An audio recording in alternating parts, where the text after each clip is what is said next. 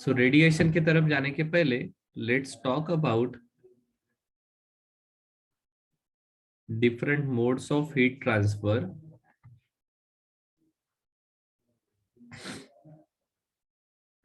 What is कौन कौन से मोड्स है? तो हमारे पास तीन ऑप्शन है।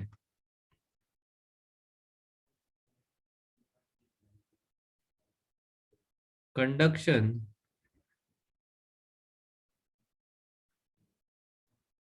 Convection and radiation.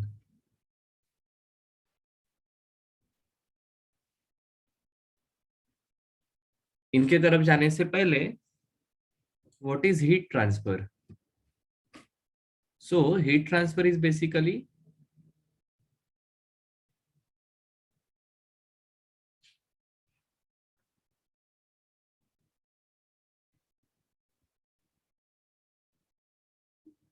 transfer of energy from body at higher temperature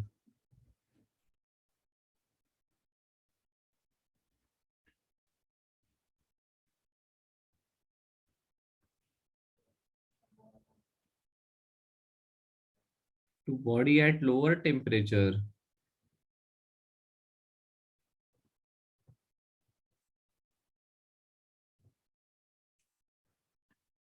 conduction में कंडक्शन कहां पर होगा?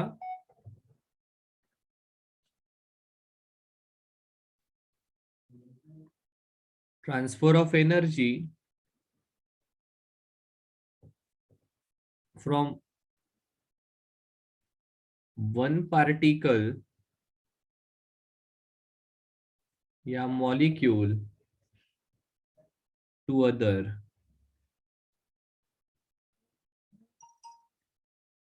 Without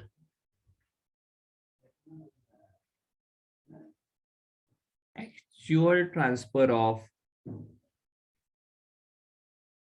bulk matter.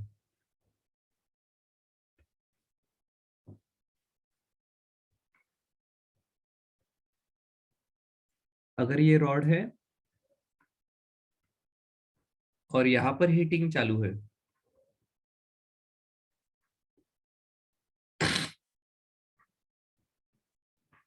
सो ये एंड का भी टेम्परेचर धीरे धीरे चेंज होने लगेगा।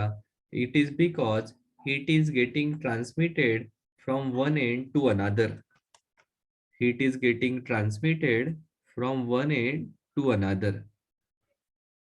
इस प्रकार से एनर्जी ट्रांसफर होती है, हीट ट्रांसफर होती है from one end to another. इसे कहा जाएगा कंडक्शन। अब यहां पर पार्टिकल सिर्फ बाजू वाले को कोलाइड हो रहे, वो एक्चुअल ट्रांसफर होकर नहीं जा रहे। कन्वेक्शन में क्या होता है?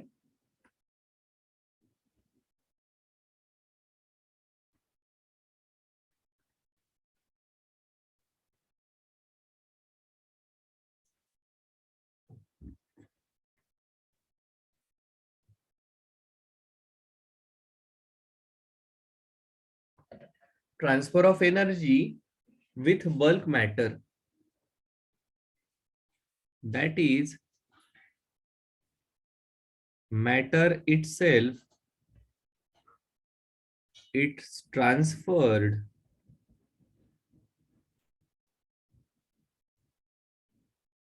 with energy associated with it।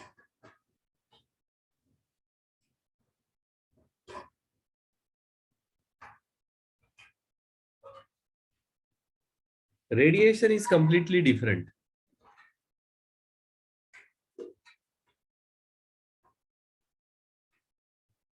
The transfer of energy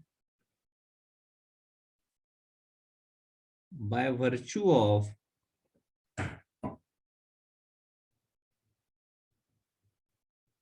electromagnetic radiation।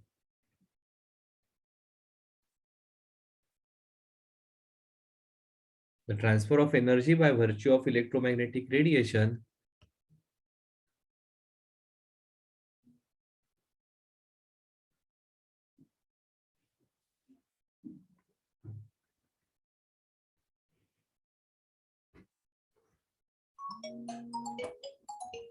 the radiation emitted depends on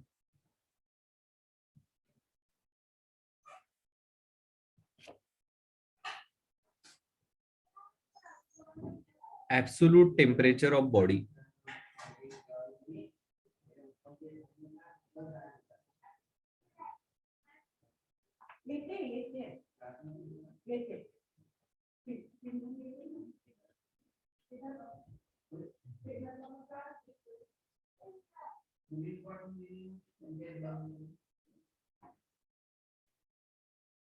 Absolute temperature of body.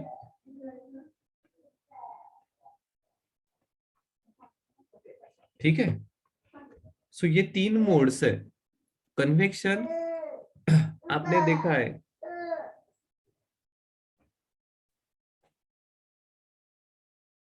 So convection में क्या होता है, ये अगर कंटेनर है और इसमें कोई बल्क मटेरियल है, बेसिकली फ्लूइड है, और इसको अगर अपन हीट कर रहे हैं, तो आपने ऑब्जर्व किया होगा, पहले ये पानी नीचे का गर्म होगा, गर्म पानी हल्का रहेगा तो ये ऊपर जाएगा, ऊपर का ठंडा और भारी पानी ये नीचे आएगा, और इस प्रकार से इस कंटेनर में वाटर करंट्स इनिशिएट हो जाते हैं. सो यहाँ पर देखो, एक्चुअल गर्म पानी एक जगह से दूसरे जगह जा रहा है. So this is bulk transfer of matter. Radiation, कोई भी हॉटर बॉडी, एक कोई भी बॉडी है जिसका कुछ टेम्परेचर है, ये अपने थ्रू इलेक्ट्रोमैग्नेटिक रेडिएशन के थ्रू एनर्जी रेडिएट करने वाली है. ठीक है, इसके रिलेटेड लॉ है जो हम देखेंगे. अब देखो,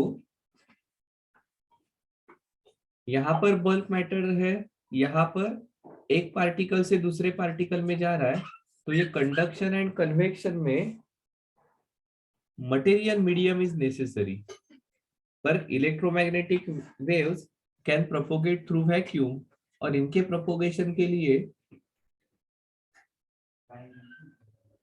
मटेरियल मीडियम की जरूरत नहीं रहेगी. सो अभी हम मेनली इस रेडिएशन के तरफ फोकस करने वाले हैं. ठीक है,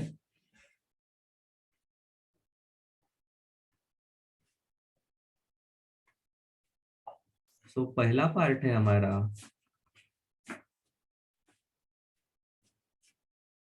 एब्सॉर्प्शन, रिफ्लेक्शन एंड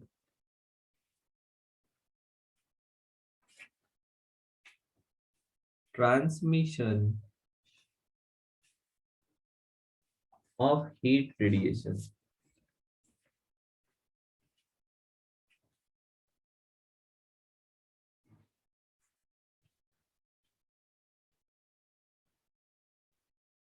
अब देखो,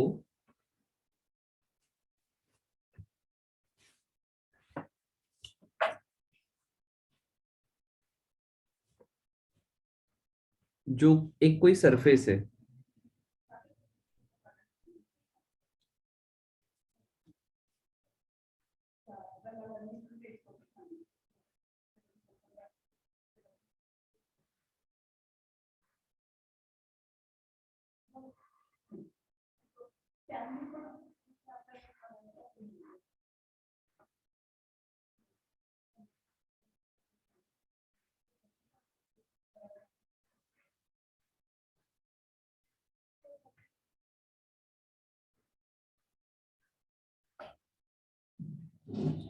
ऐसा कोई सरफेस है और इस सरफेस पर ये रेडिएशन इंसिडेंट हो रहे हैं.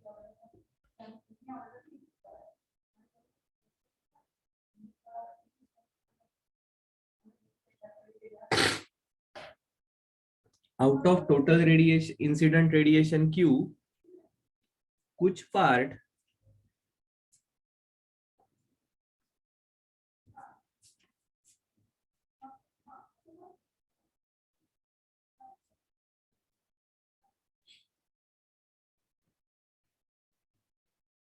Total incident radiation capital Q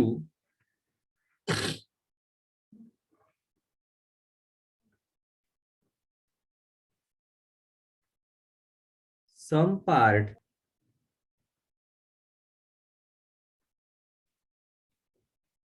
QA will be absorbed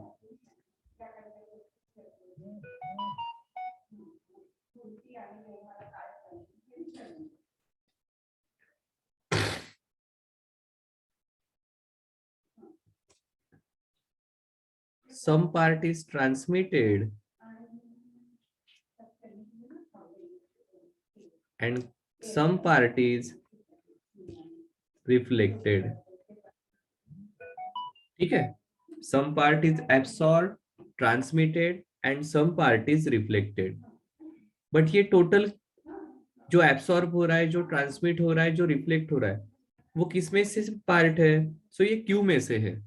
So we can always write Q equal to QA QT plus QR. Reflect मतलब लाइट जिस प्रकार से मिरर से रिफ्लेक्ट होता है, that is reflection of radiation. Transmission मतलब पास होना, are पार, कांच के ग्लास के थ्रू जो लाइट ट्रांसमिट होता है, एक साइड से दूसरे साइड जाता है, that is transmission. And absorb मतलब सरफेस पर गिरने के बाद that radiation will be absorb, जिसके कारण टेम्परेचर बदलता है.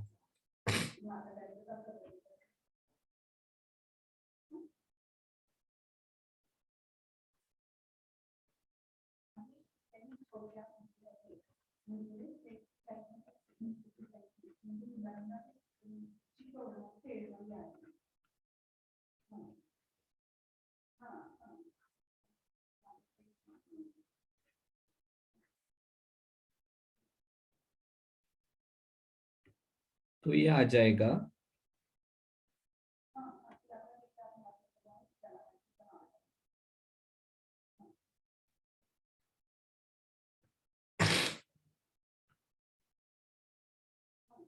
1 equal to A plus T plus R.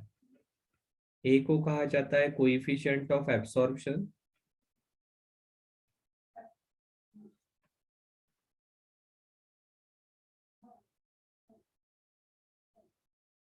T is coefficient of transmission,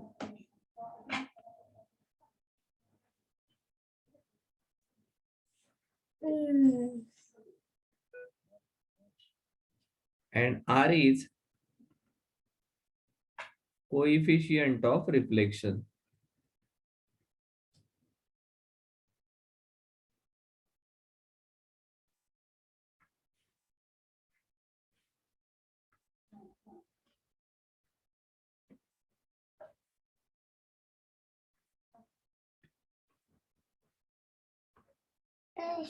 लग रही है.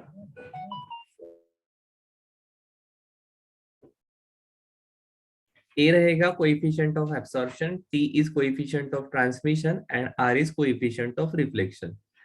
अब जब A की वैल्यू और इन सभी की एडिशन 1 रहेगी, ये इससे ज्यादा नहीं हो सकता है. अब फॉर सच बॉडीज लिखते हैं absorption plus transmission plus R, ये सभी की वैल्यू 1 है. जब A equal to 1, T equal to R equal to 0, इसे कहा जाता है परफेक्टली ब्लैक बॉडी. सभी आने वाले रेडिएशन ये एब्सॉर्ब हो जाएगी. ठीक है,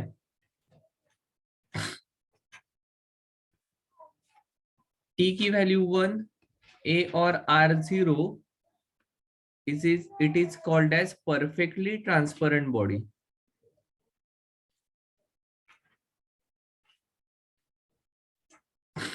हंड्रेड परसेंट ट्रांसफर करेगा. ठीक है,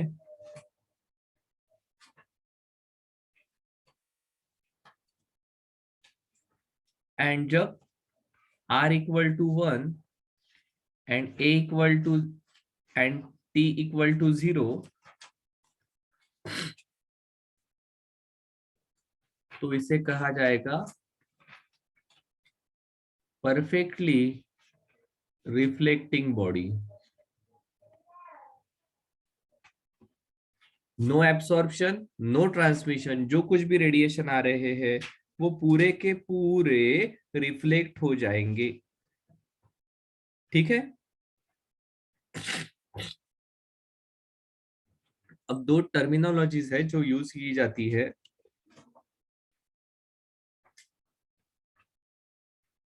एक है डायथर्मोनस substances,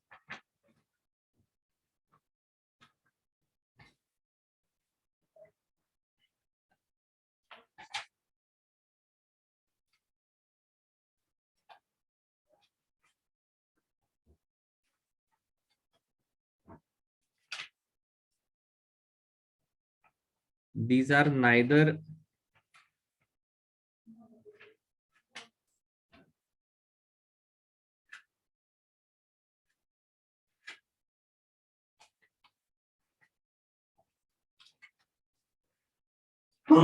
excuse me, these are neither good absorber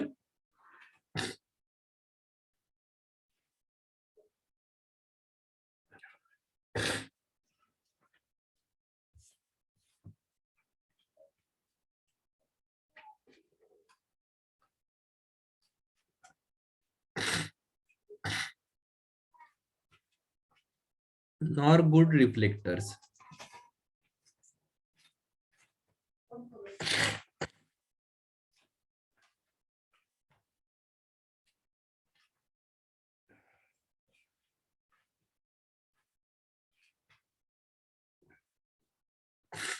इसमें आ जाएंगे ग्लास। देखो एब्सॉर्बर भी अच्छे नहीं है, रिफ्लेक्टर भी नहीं है, means they are good transfer या they are transparent substances.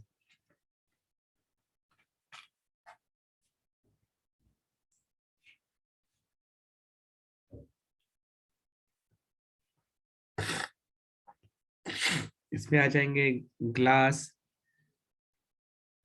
Quartz,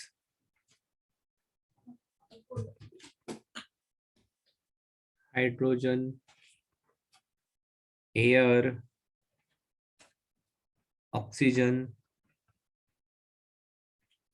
sodium chloride.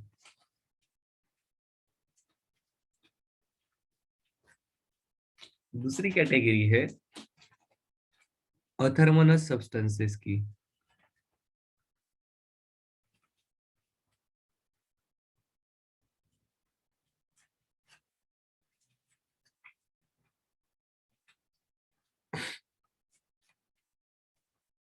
These are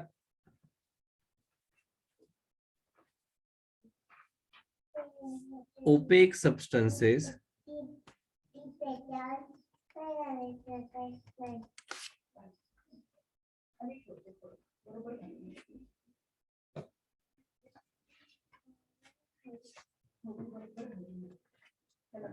ठीक है।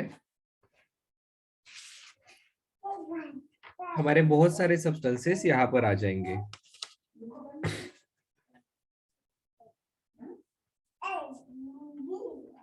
वुड, आयरन, कॉपर,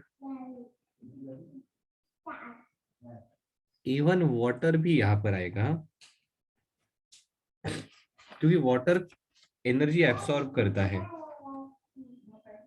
ठीक है। अब ये परफेक्टली ब्लैक बॉडी का एग्जांपल आपको पता है, there is something called as Ferry's black body.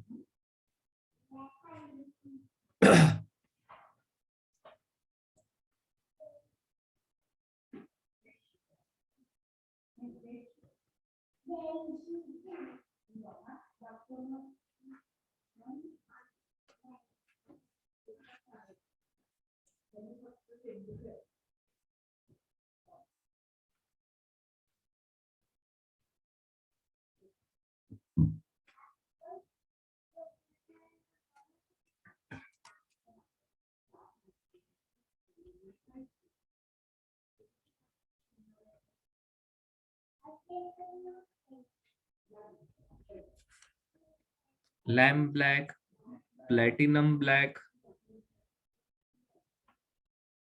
absorbs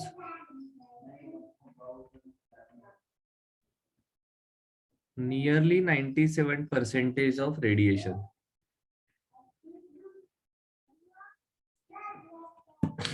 ठीक है।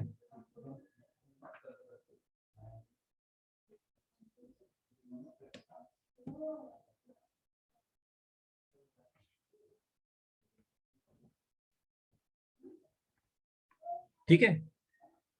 अब ऐसा है तो परफेक्टली ब्लैक बॉडी बनानी है तो हमें क्या करना पड़ेगा?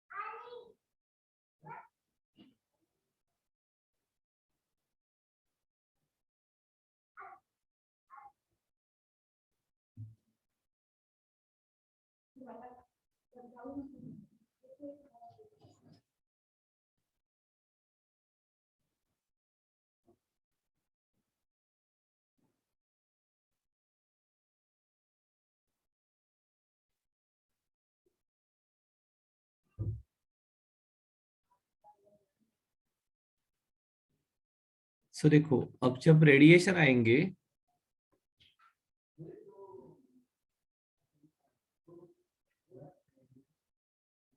ये रेडिएशन ऐसे इंसिडेंट होने वाले।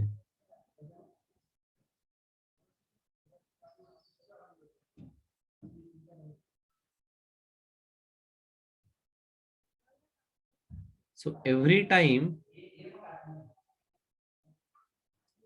इसकी अरेंजमेंट कैसे रहेगी? तो देखो,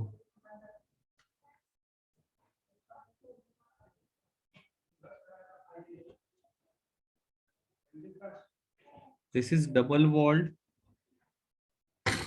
ये है इंसिडेंट रेडिएशन,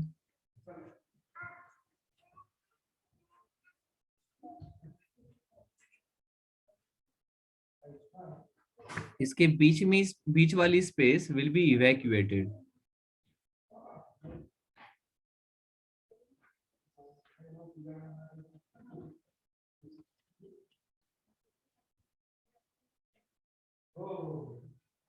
दिस इज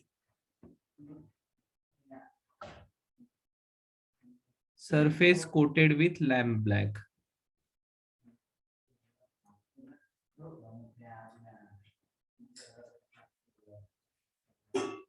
ठीक है। और यह बाहर वाला portion will be silver polished. So देखो, इवैक्यूएटेड इसलिए क्योंकि यहाँ पर वैक्यूम रहेगा तो कंडक्शन का चांस नहीं रहेगा। जो कुछ भी रेडिएशन है गलती से अगर जाते हैं तो ये सिल्वर पॉलिश के थ्रू फिर से रिफ्लेक्ट हो जाएंगे, और इवैक्यूएट करने के कारण कंडक्शन कन्वेक्शन भी गायब हो जाएगा। सो अब होगा क्या, जो रेडिएशन आ रहे हैं, सपोज यहाँ से 100 रेडिएशन आ गए, ये पूरा लैम्प ब्लैक से कोटेड है तो 100 में से 97 एब्सॉर्ब हो जाएंगे, तीन यहाँ पर जाएंगे। अब तीन में से भी 2.97 एब्सॉर्ब हो जाएंगे, 0.03 यहाँ जाने वाले हैं, 2.91 एब्सॉर्ब हो जाएंगे, 0.09 इधर जाएंगे, इसमें से भी 97% एब्सॉर्ब हो जाएंगे, बचे हुए यहाँ पर आएंगे। सो ऑलमोस्ट सभी के सभी रिफ्लेक्श रेडिएशन या सभी की सभी रेडिएंट एनर्जी इसके अंदर एब्सॉर्ब हो जाएगी। This is called as perfectly black body. ठीक है।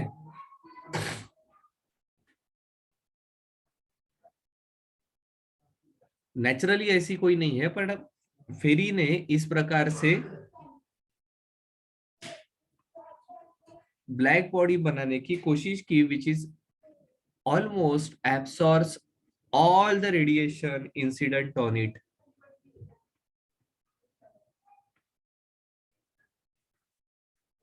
ठीक है।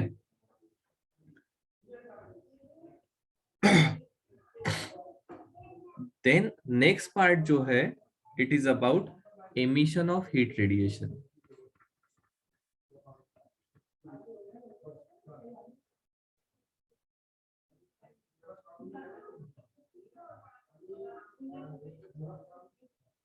अब हमें पता है every hot body emits radiation, ठीक है। और जैसे जैसे हम फॉर एग्जांपल आयरन को हीट करते हैं तो उसका टेम्परेचर बढ़ता है, और जैसे जैसे उसका टेम्परेचर बढ़ते जाता है उसका कलर चेंज होता है। This colour change is basically depends on radiation emitted by it, ठीक है। उसका टेम्परेचर बढ़ेगा, उसका कलर चेंज होगा। एट 800 डिग्री सेल्सियस वो रेडिश कलर का दिखाई देगा। उसके आगे जाएगा तो वो रेडिश से येलो कलर का होते होते फिर व्हाइट कलर का होने लगेगा, ठीक है। सो किसी भी बॉडी को, जैसे हमने इसके पहले भी कहा था, रेडिएशन डिपेंड्स ऑन, किसके ऊपर डिपेंड करते हैं radiation? transfer of energy by virtue of electromagnetic radiation. The radiation emitted depends on absolute temperature of body. किसी भी बॉडी का जो एब्सोलूट टेम्परेचर है उस पे ऊपर ये रेडिएशन डिपेंड करने वाले हैं, ठीक है। सो अब देखो, the amount of heat radiated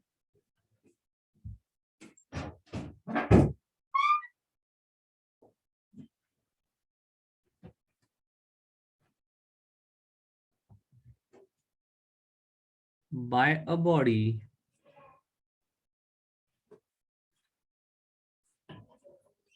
depends on, पहला पार्ट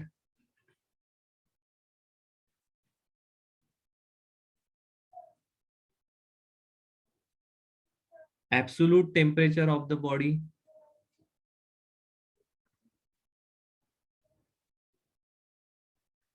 दूसरा पार्ट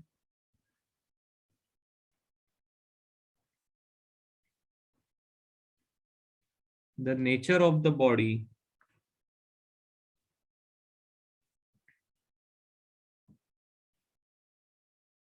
बॉडी का मटेरियल कैसा है एंड सरफेस फिनिश कैसा है, ठीक है। तीसरा पार्ट जिसके ऊपर ये डिपेंड करता है surface area of the body,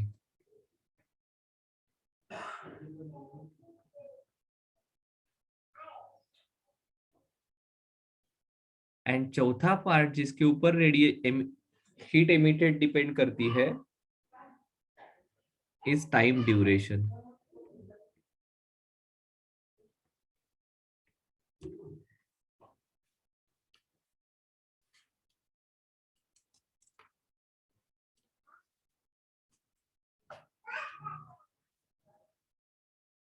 और फिर हम कहते हैं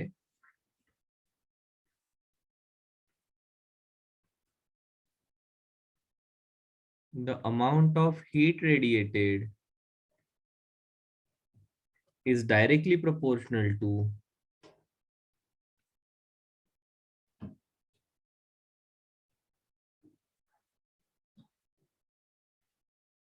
the surface area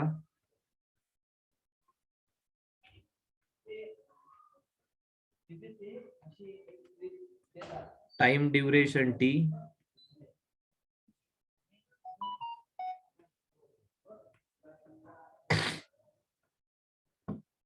एंड इसलिए हम एमिसिव पावर या रेडिएंट पावर डिफाइन करते हैं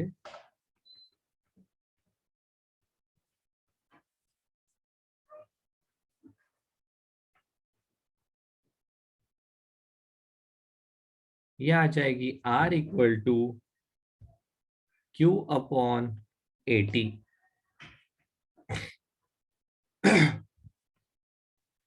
यह है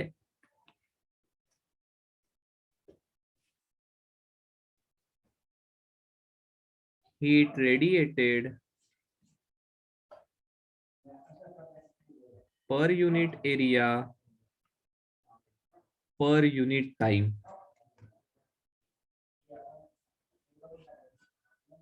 देखो, एनर्जी रहेगी, हीट मतलब एनर्जी है जूल में, per unit area is metre square, per unit time is second, Q by T will be watt per metre square, ठीक है।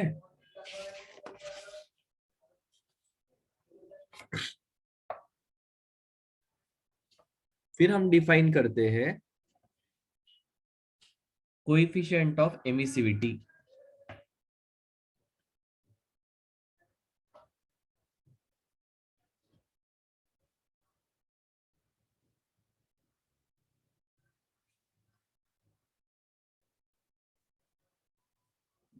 कोएफिशिएंट ऑफ एमिशन और emissivity is basically E equal to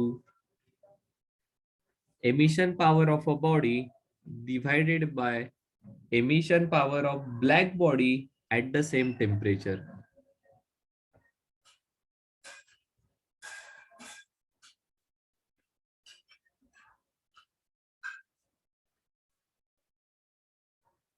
Emission power of body at T divided by emission power of body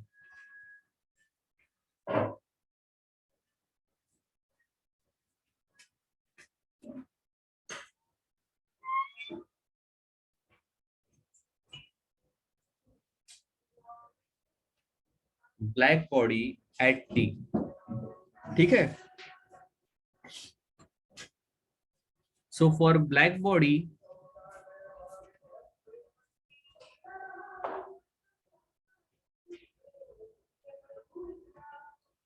RB upon RB will E की value आ जाएगी 1.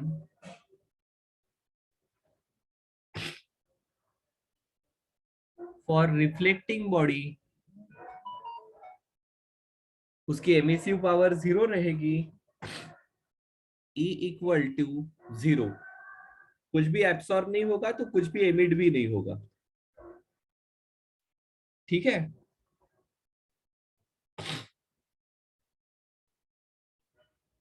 For real bodies E की value 0 से 1 के बीच में रहेगी.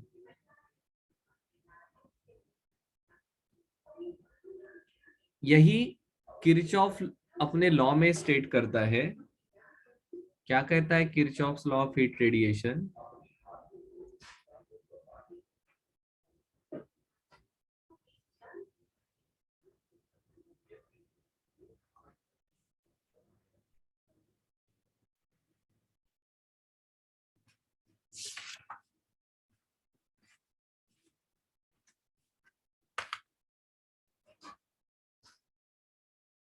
तो देखो किरचॉफ लॉ क्या कहता है. At a given temperature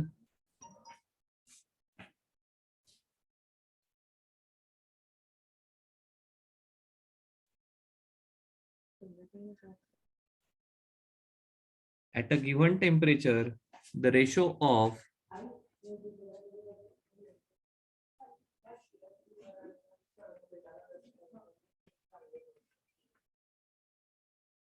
emissive power to coefficient of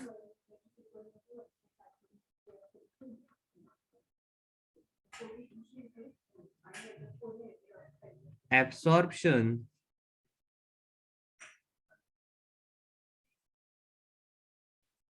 of body is equal to emissive power of perfectly black body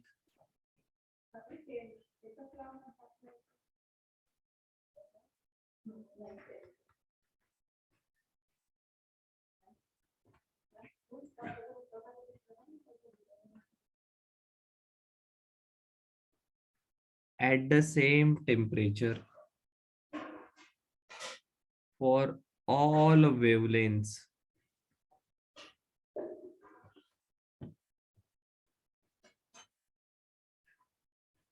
देखो ratio of emissive power to coefficient of absorption. Emissive power is R, coefficient of absorption A is equal to emissive power of black body at the same temperature.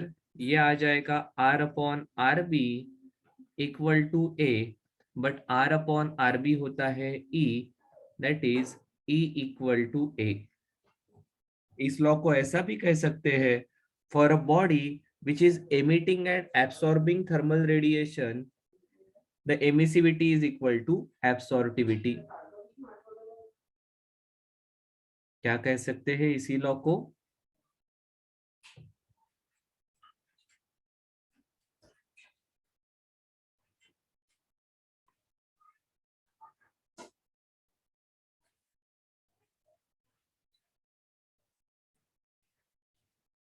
For a body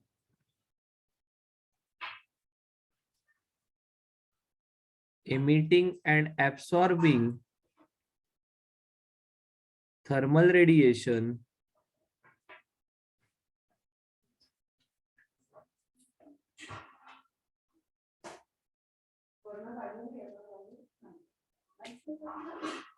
in thermal equilibrium,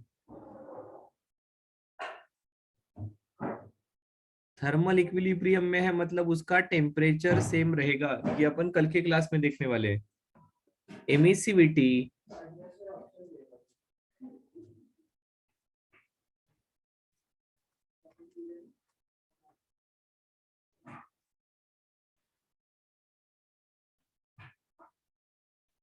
is equal to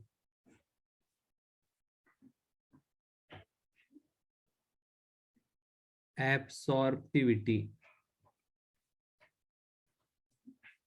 ठीक है, अगर thermal equilibrium में है मतलब temperature constant है, तो जितने radiation emit होंगे या जितनी एमिसिविटी रहेगी उतने ही रेडिएशंस एब्सॉर्ब होंगे, वही एब्सॉर्प्टिविटी रहेगी। जो आया उतना ही दिया, इसलिए उसका टेम्परेचर कांस्टेंट रहेगा, इसलिए उसका टेम्परेचर कांस्टेंट रहेगा। क्या सही है? अब देखो, there is something called as Vane's displacement law।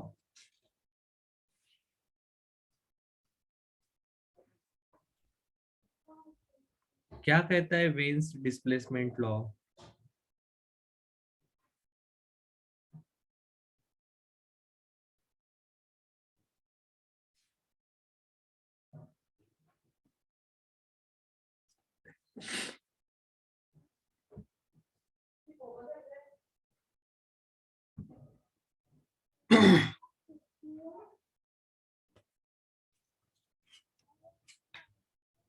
Veins displacement law कहता है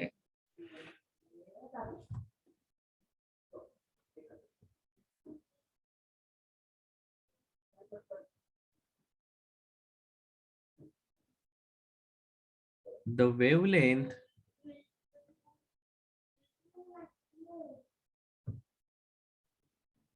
for which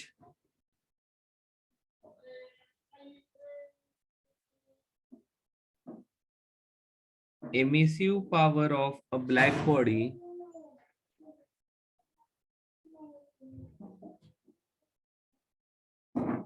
is maximum is inversely proportional to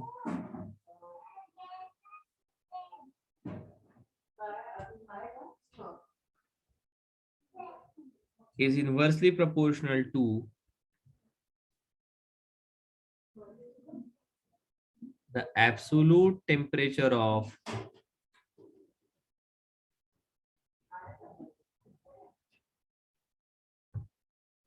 the black body।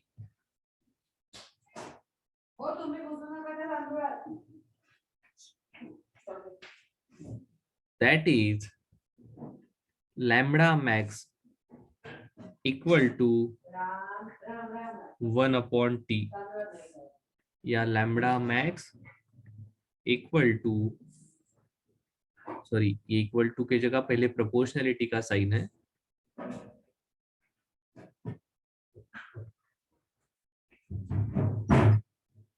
और अब वेन्स कांस्टेंट आ जाएगा, therefore lambda max into T equal to B, which is 2.897 into 10 to the power minus 3 metre kelvin. ठीक है,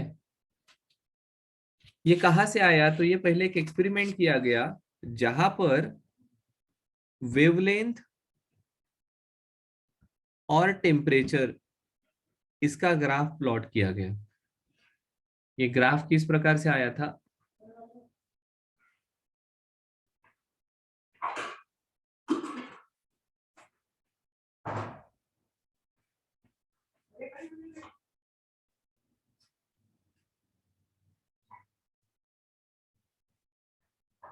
सो जैसे ये टेम्परेचर है,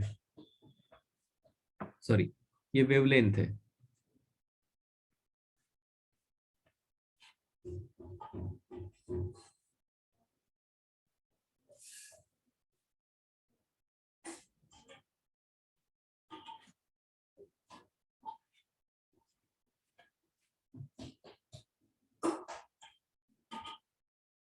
ये वेवलेंथ है इन नैनोमीटर,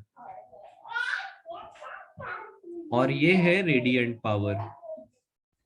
ठीक है, तो पास, तो ये ग्राफ ये इस प्रकार से आता है।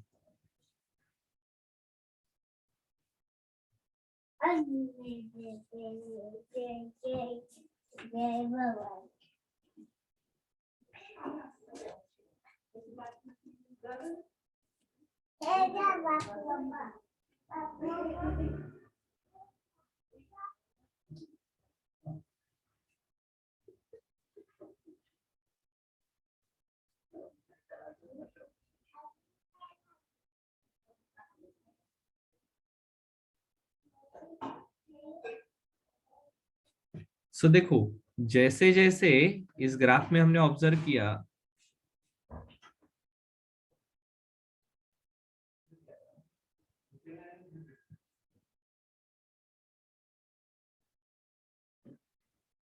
सर ये ग्राफ क्या है? तो these are temperature range.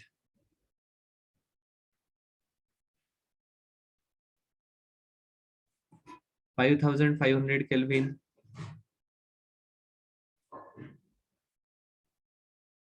5000 kelvin,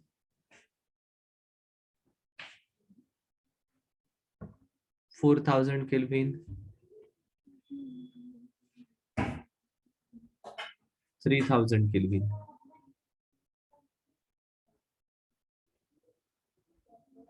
so basically जब 5000 पर हीट किया गया तो ध्यान में आया कि ये जो रेडियंट पावर मैक्सिमम दिखाई दे रही है, it is for this wavelength. जब टेम्परेचर थोड़ा सा कम था तो it was for this wavelength. जब टेम्परेचर और कम था तो मैक्सिमम रेडियंट पावर ये इस वेवलेंथ के लिए थी। एंड जब टेम्परेचर और कम था,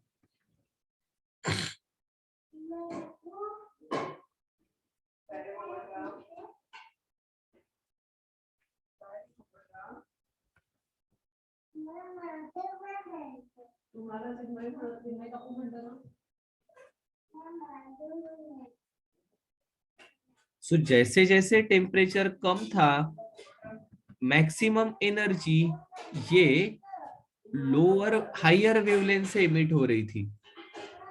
टेम्परेचर कम, टेम्परेचर कम तो ये वेवलेंथ ज्यादा, टेम्परेचर ज्यादा तो ये वेवलेंथ कम।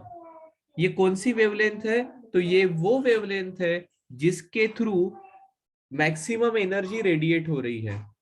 हमने पढ़ा है, हमें पता है E equal to H nu, that is H C by lambda. So energy जो रेडिएट हो रही है वो वेवलेंथ पर डिपेंड करती है। ठीक है, और साथ ही साथ हम ये भी कहते हैं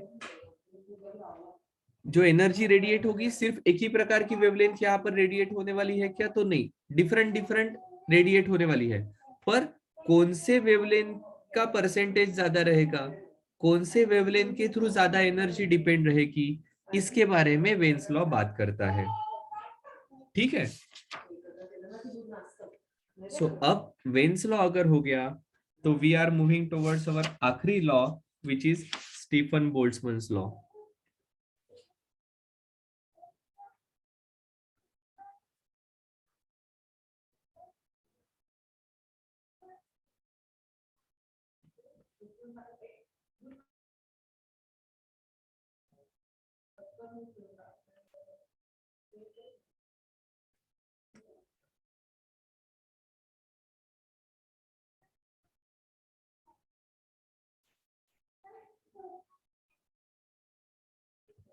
ये क्या कहता है?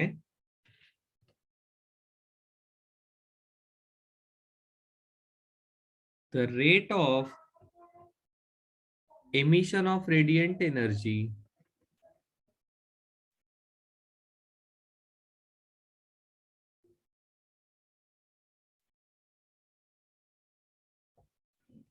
per unit area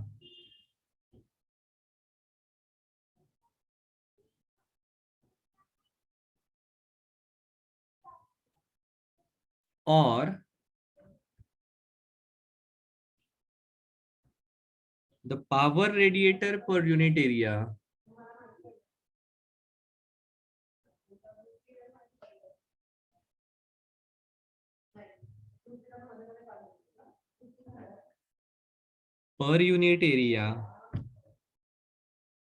of a perfectly black body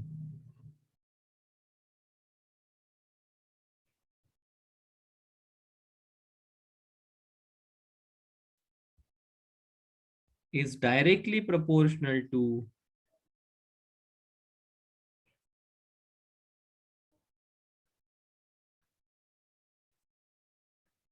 fourth power of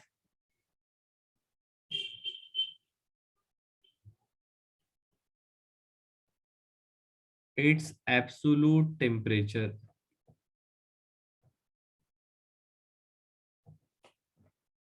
That is, R is directly proportional to T to the power 4. ठीक है, यहाँ पर इक्वल टू का साइन आ जाएगा sigma T to the power 4।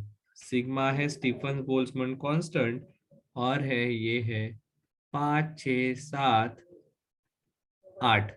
इसे याद रखना बड़ा आसान है। 5.67 into 10 to the power -8 watt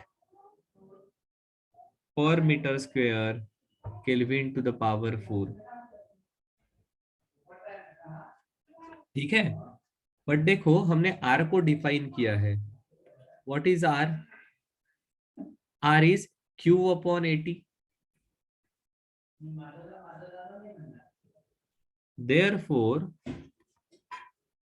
Q upon 80 equal to sigma T to the power 4।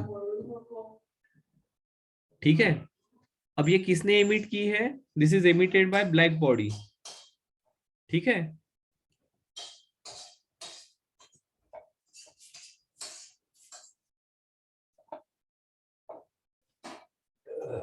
For ordinary body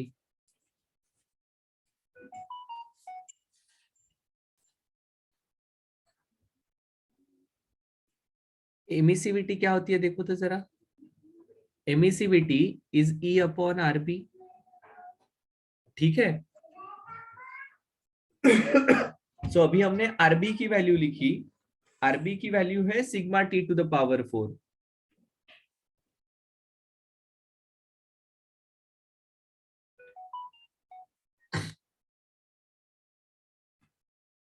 RB equal to sigma T to the power 4 और हमें पता है emissivity equal to R upon R B. Therefore R equal to emissivity into R B मतलब sigma T to the power 4। ठीक है, so देखो एक आखिरी पार्ट जो बाकी है वो भी अपन यहाँ पर लिख लेंगे।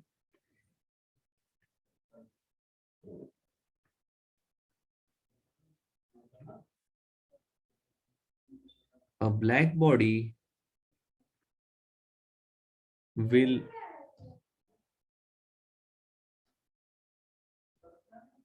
absorb radiation from surrounding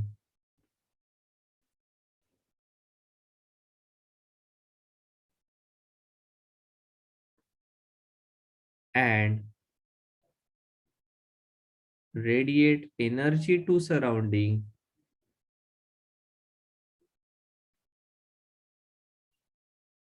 simultaneously.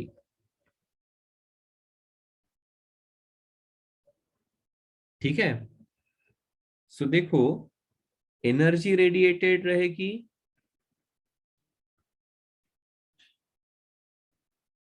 Sigma T to the power 4,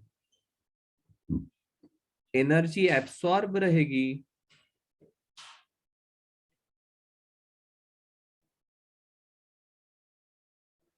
sigma T naught to the power 4।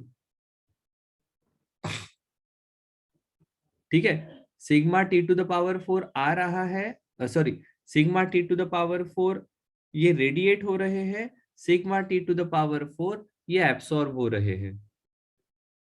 ठीक है, therefore net energy loss equal to sigma t to the power 4 minus sigma t naught to the power 4।